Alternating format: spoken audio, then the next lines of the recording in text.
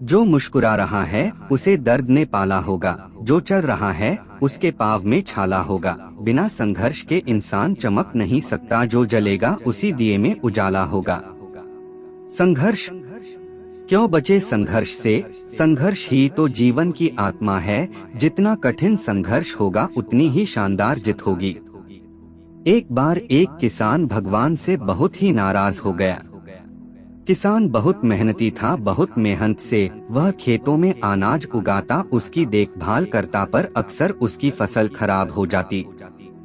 कभी सूखा पड़ जाता, कभी बाढ़ आ जाती, कभी तेज धूप, कभी आंधी, कोई न कोई कारण बन ही जाता कि उसकी फसल खराब हो जाती।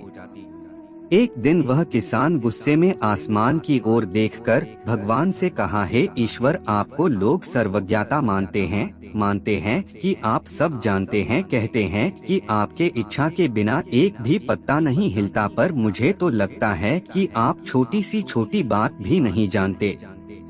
आपको तो ये भी नहीं पता कि खेती बाड़ी कैसे करते हैं। अगर आप जानते होते तो हर समय जो बाढ़, आंधी और तूफान आते हैं वो कभी नहीं आते। आप नहीं जानते कि कितना नुकसान उठाना पड़ता है हम किसानों को। यदि आप मेरे हाथ में यह शक्ति दे दे कि जैसा मैं चाहूँ वैसा मैं मौसम कर दूं, फिर आप देखना मैं अन्न के भंडार लगा दूंगा। भगवान इस किसान के तीखे वाक्य सुनकर मुस्कुरा रहे थे और वह किसान के सामने प्रकट होकर बोले, मैं आज से तुझे यह शक्ति देता हूँ कि तुम अपनी खेतों पर तुम्हारी जैसी इच्छा ही तुम वैसा मौसम कर दोगे। मैं बिल्कुल भी दखल नहीं दूंगा, तुम्हारी इच्छा से सब कुछ होगा। किसान बहुत खुश हो गया। किसान ने गेहूं की फसल अपनी खेतों में बोई। जब उसे लगा कि खेतों को धूप चाहिए तो खेतों को धूप मिले, जब पानी बरसना चाहिए तभी पानी बरसा। आंधी, तूफान, बाढ़ कुछ भी उसने अपने खेतों पर आने नहीं दिया। किसान के खेत में इस वर्ष ऐसी फसल हुई जैसी कभी नहीं हुई थी। हरी भरी लहलहाती फसल, मन ही मन वह बहुत खुश हो गया और सोचने लगा, अब सबूत के साथ दिखाऊंगा भगवान को कि इसे कहते हैं शक्ति का सही उपयोग। मेरी सफलता देखकर उन्हें अपनी नियम जरूर बदलने पड़ेंगे। कुछ दिन गुजरे, फसल कटने को तैयार हो गए। किसान बहुत उत्सुकता के साथ फसल को काटने लगा, पर जैसे ही उसकी नजर गेहूं की बालियों पर गया तो उसने अपना सिर पीट लिया और वह रोने चिल्लाने लगा। गेहूं की एक भी बाली के अंदर गेहूं का दाना नहीं था, सारी बालियां अंदर से खाली थी। किसान बहुत दुखी हो गया। उसने भगवान को रोते हुए फिर पुकारा, हे प्रभु, तुमने ये मेरे साथ क्या किया? क्या तुमने मुझे कोई सजा दी? भगवान बोले, पुत्र, ये तो होना ही था। तुमने पौधों को संघर्ष करने का मौका ही कहाँ दिया? ना तो तुमने उन्हें आंधियों से जूझने दिया, ना तेज बारिश से सहने दिया और ना ही धूप में तपने दिया।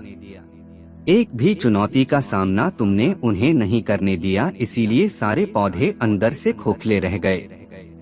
जब आंधी, तूफान, तेज बारिश और धूप पड़ती है तभी ये पौधा अपने अस्तित्व को बचाने के लिए संघर्ष करते हैं और इसी संघर्ष से एक बल पैदा होता है जिसमें शक्ति होती है, ऊर्जा होती है। और यही ऊर्जा पूर्ति तेरे गेहूं के दानों की तरह जो नहीं फूटी, तूने उन्हें कठिन परिस्थितियों से गुजरने ही नहीं दिया जहां उनके अस्तित्व का जन्म होता।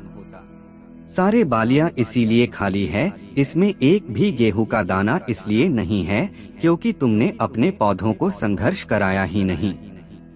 याद रखिए, स्वर्ण में सवर्णीय आभा तभी आती है जब वह आग में तपने, गलने और हथौड़े से पीटने जैसे संघर्षों से गुजरता है।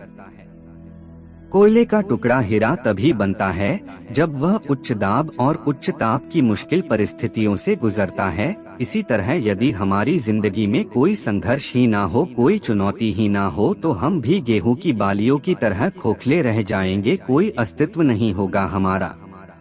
विपरीत परिस्थितियाँ, चुनौतियाँ, समस्याएं हमें और अधिक निखारती है। यदि जीवन में कठिन परिस्थितियाँ और चुनौतियाँ आए तो घबराना मत, बल्कि सामना करना। विश्वास करना कि आप और अधिक निखर जाओगे और अधिक मजबूत बन जाओगे। किसी ने कितना सही कहा है, जिंदगी जीना आसान नहीं होता, बिना संघर्ष कोई महान नहीं होता। जब तक ना पड़े हथौड़े की चोट तब तक पत्थर भी भगवान नहीं होता।